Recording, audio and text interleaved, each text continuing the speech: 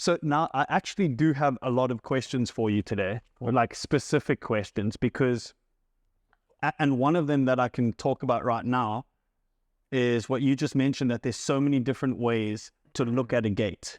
Yeah. Okay, so this is what's blowing my mind, is that if it was as easy as saying, oh, I have this gate defined, and you go research gate 8-1, Yeah. you can be like, okay, I'm this.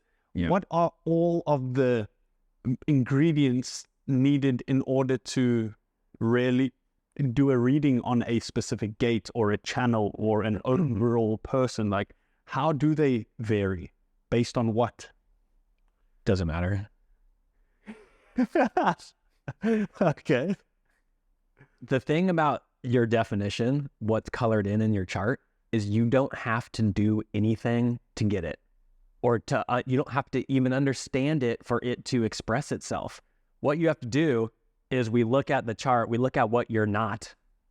Once you get rid of the conditioning of I need to be who I'm not, who you are just naturally expresses itself. I have a big ego in my chart. In human design, ego is not a bad word. We can have healthy egos, we can have unhealthy egos, right?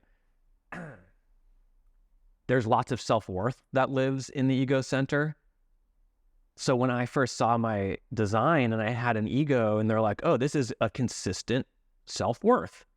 I had the lowest self-worth of anybody I knew. And I'm like, this doesn't make sense. I don't have a consistent sense of self-worth, but my ego, like, what the, like, it doesn't, I didn't understand it.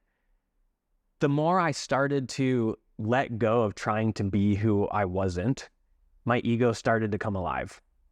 And I started to meet it for the first time. And I was like, oh, that's what it feels like. Oh, yeah, you know, and I can start to feel that heart center. I didn't learn, I learned about it, you know, theoretically, I read stuff about it, but it did not resonate with me because I was so clogged up in trying to become that other person that it couldn't express itself. So I always tell people what's defined in your chart, it's your energetic business card. When you walk into a room, people feel it, whether you open your mouth or not, whether you understand it or not. So this is why, you know, when someone tells you how much they love their job, and you know they're full of shit because you can just feel the real them is like not happy with the choices that they've been making. So that's one of my answers. To really actually answer your question, the 1/8's a great example of, you know, how we can look at it in a different way. So for you, we talked about what it was like for you. Being an individual channel, it's about empowerment. So when you're living in that part of yourself, being authentic, letting your creativity come out, it is very empowering to other people to live like themselves. Oh, look at Wade. He's so this, or he's so, wow, I feel empowered to be more myself just from you living your expression. So we can look at it from how does it empower you? How does it empower other people? Then you can look at it from a group perspective. So when we start looking at group dynamics, the 1/8 is kind of the expression of a group, what we call a penta. So between 3 and 5 people creates a whole different, what we call a trans-auric form. So when we get into groups, everybody kind of loses their individuality.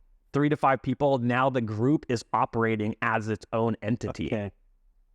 So when someone has the 1/8, naturally in groups, in small groups, you'll be looked to as a leader of the group, as somebody who can help channel the expression of the group. Okay.